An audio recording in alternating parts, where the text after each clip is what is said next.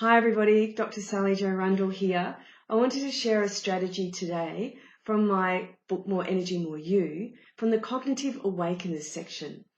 Cognitive Awakeners is about our mental energy, and don't we need a lot of that at the moment with all that's going on? The strategy I wanted to share with you is called Spacious Clarity. Even saying that kind of makes my mind just start to feel a little bit more expansive. Did you know that you probably speak about 16,000 words a day? However, inside your head, in your internal dialogue, there are 1,000 more conversations and words and thoughts going on. What tends to happen though, just because we're having a thought, we may believe it's actually valid and useful. And sometimes, we can get hooked in the story that our mind's telling us.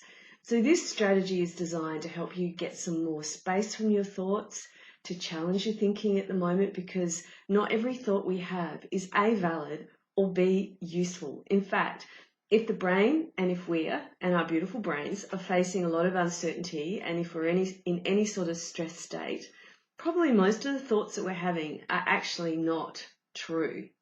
So that's a really good thing to remember, isn't it?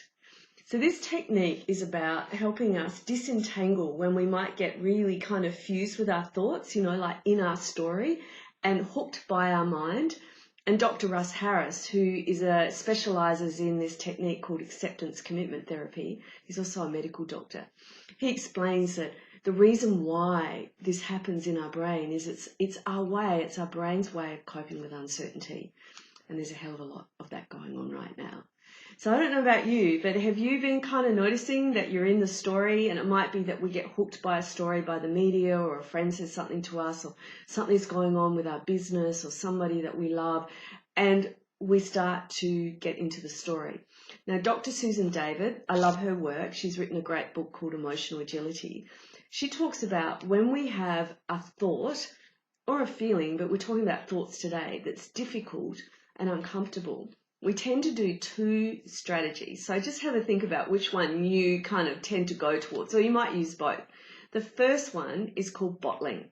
Now, the bottling strategy is when we're having an uncomfortable, stressy thought, we tend to run over the top of it. We go, I don't have time to think about that. We push it aside, or we push it down. We go, I'm busy. We get on, we get distracted. We keep pushing through it. Now, the challenge with bottling is the more we push it down or ignore it, the stronger it's going to get, and it will leak. It will leak out. We'll either have a meltdown, we might get really angry, we might get irritable, but it's the emotions that we've been trying to push down, like all those difficult thoughts, like come out. Or you might ping up at 3 o'clock in the morning, go, oh, right? So bottling makes it worse, not better. And the second strategy is brooding, and brooding is when we ruminate, we go over and over the story in our heads. And not only do we do it to ourselves, we go and talk to our friends. We might ring someone, we tell them the story, we might talk to someone else or someone else. What happens is we kind of do a vent, and in the moment we might feel better, but the person we just vented to is probably completely wiped as we leave the conversation. But brooding is like a hurricane. It actually gets stronger and stronger. So neither of these strategies actually work to help us cope with what's really uncomfortable. So what's some better ways that we might unhook from the story, unhook from our brains, and actually get some more spaciousness in our thoughts and some more clarity? The technique I want to share with you is called diffusion.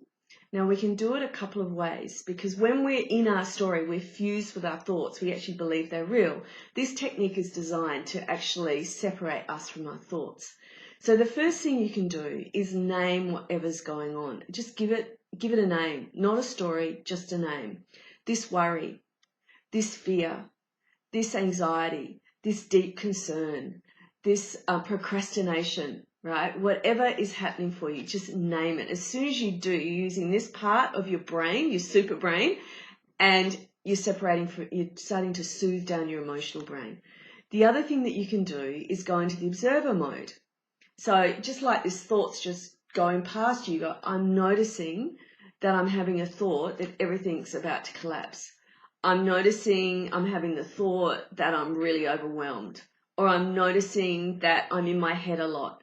Or I say to myself, I'm noticing I'm brooding right now, or I'm noticing I'm bottling, or Sally, I notice that we're kind of procrastinating on this right now, or I'm noticing I'm experiencing uncertainty. So as soon as you go into observer mode again, you separate yourself from the thought. And it just takes a little bit of practice. It feels a bit, clunky when you first start, but it's a really powerful cognitive mindfulness technique. And I promise you, it will serve you well to getting a bit more clarity and a bit more space in your thoughts. So I hope you find this really useful and that you can add it to your energy toolkit. Go well, be well, take care of you and your gorgeous energy. Lots of love to you and your family. Thanks, everyone.